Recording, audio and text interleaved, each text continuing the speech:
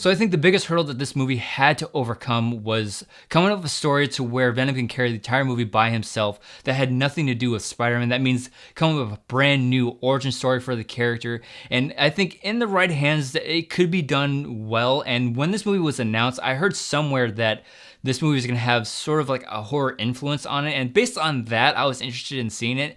Now, this film isn't as terrible as pretty much everybody's making it out to be, but it's not a great movie in any sense. There are things in it that I liked, and there are other elements that I just didn't like. I think the best way to describe it is that for every one thing that this movie did right, there were two other things that just didn't work for me.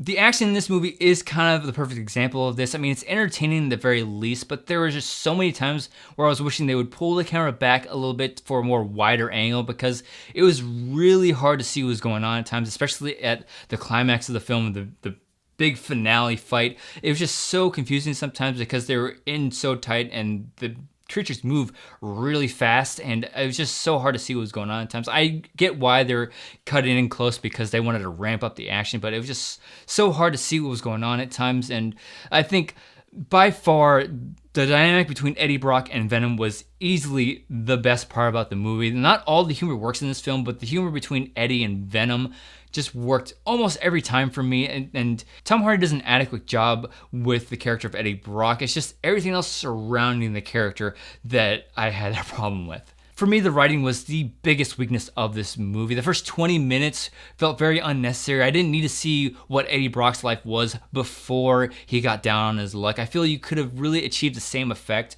through subtext. And the dialogue is just so terrible at times. I mean, the whole turd in the wind line might have worked in the comic books, but it really doesn't translate that well to the big screen. And the villain was just very one-dimensional and so stereotypical that he didn't really feel all that like threatening and intimidating to me. And at the end of the movie, they kind of reveal this bigger threat that needs to be stopped, and it felt very lazy and last minute to me, like they were just in the writing room and they couldn't think of anything else for Venom to do, so they just gave him this last minute thing for just to give Venom something to prevent the bad guy from doing. And really, when I think about it, this movie just felt very inconsequential. There was really no big stakes, and I never really bought into the whole threat that was presented at the end of the film, and it just felt like Sony was just really relying on the popularity of the character of Venom to get people to go out and see it, and just really rush this film out to theaters, to compete with all the other superhero films that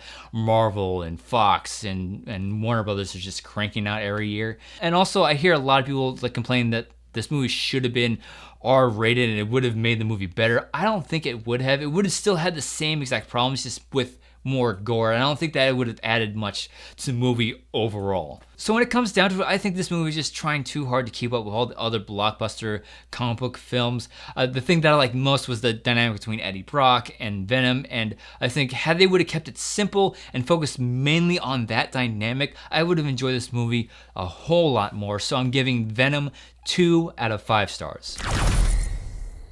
So now I want to know what you think. If you saw Venom, let me know what you thought of it in the comment section below. If you enjoyed this review, be sure to like and share it, and stay up to date on all the videos going up on this channel. Give the subscribe button a click. Thanks as always for watching, and I'll see you in the next review.